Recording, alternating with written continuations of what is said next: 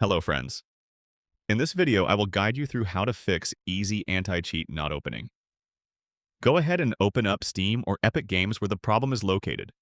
Right-click on the game and click on Properties. Then go to Installed Files and browse to find the Anti-Cheat folder.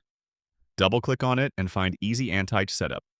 Right-click on it and click on Properties. Then click on Compatibility and run this program in compatibility mode for Windows 8, disable full screen optimization, and run this program as administrator. Once done, hit apply and OK. Now go ahead and close this one and try to play a game and check if it helps, and if that works. Go ahead and type down services in your search bar. Click on services and find Easy Anti-Cheat. Double-click on it and set the startup type to automatic. Then hit apply and wait for it to finish. Hit OK and restart your computer.